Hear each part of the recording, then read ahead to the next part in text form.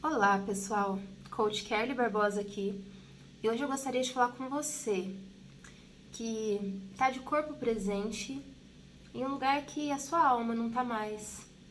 Isso é mais comum do que a gente imagina. Recentemente eu escrevi um post falando sobre isso e muitas pessoas se identificaram.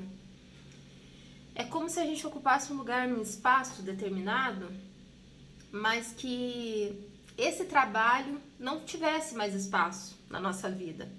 Então a gente acaba criando uma rotina onde a gente precisa ir, a gente precisa cumprir as nossas metas, as nossas obrigações, mas não faz o menor sentido. A gente está trabalhando no automático pelo simples fato que os boletinhos estão chegando no final do mês. Mas a gente não tem propósito, a gente não vê sentido, a gente se encaixa por necessidade, mas a gente não se identifica. É como se a gente não fizesse mais parte daquele ambiente. Então o nosso corpo tá lá, mas a gente não tá de verdade. É como se a nossa alma tivesse rebelde mesmo, sabe?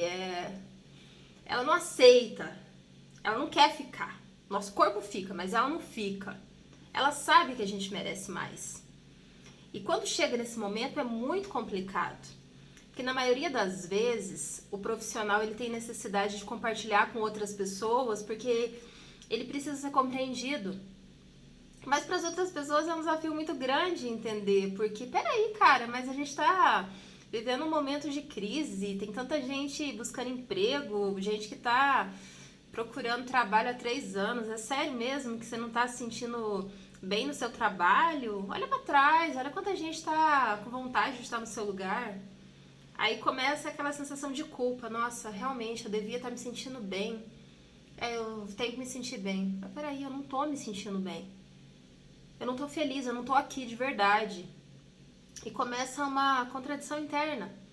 Porque eu não quero estar, eu não sinto que eu estou naquele ambiente de fato, mas ninguém me entende. Porque as pessoas me mostram os privilégios que eu tenho. Porque elas mostram o conforto físico, o conforto que o meu corpo tem em estar naquele ambiente. Seja pela questão salarial, seja pelos benefícios que eu encontro. Mas elas não fazem a menor ideia do que é o desconforto da minha alma. O que eu sinto como ser humano de estar naquele lugar. Isso é muito delicado, porque todo mundo só pode perceber uma situação a partir da própria ótica. E não tem como alguém vestir a minha pele efetivamente e através dos meus olhos entender uma situação.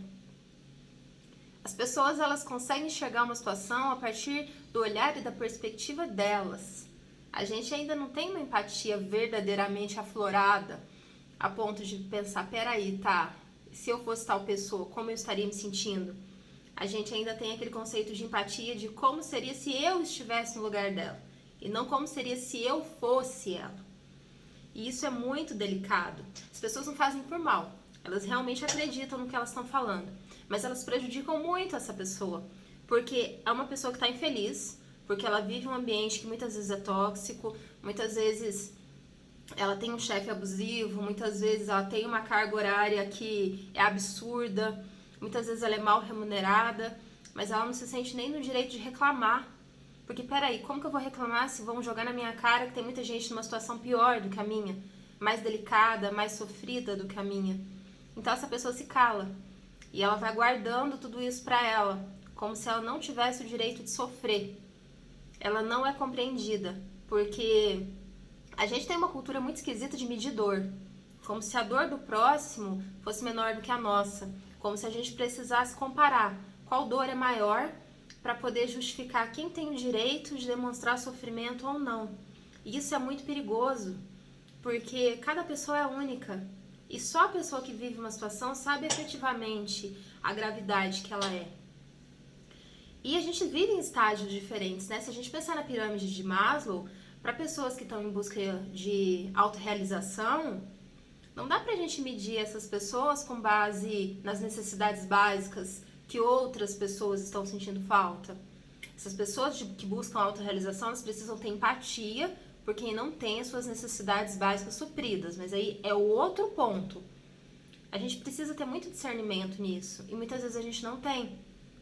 Então, a gente acaba cultivando um sentimento de culpa A pessoa se sente muito desconfortável, ela às vezes não tem um propósito e por parecer que a dor dela é menor, ela se cala.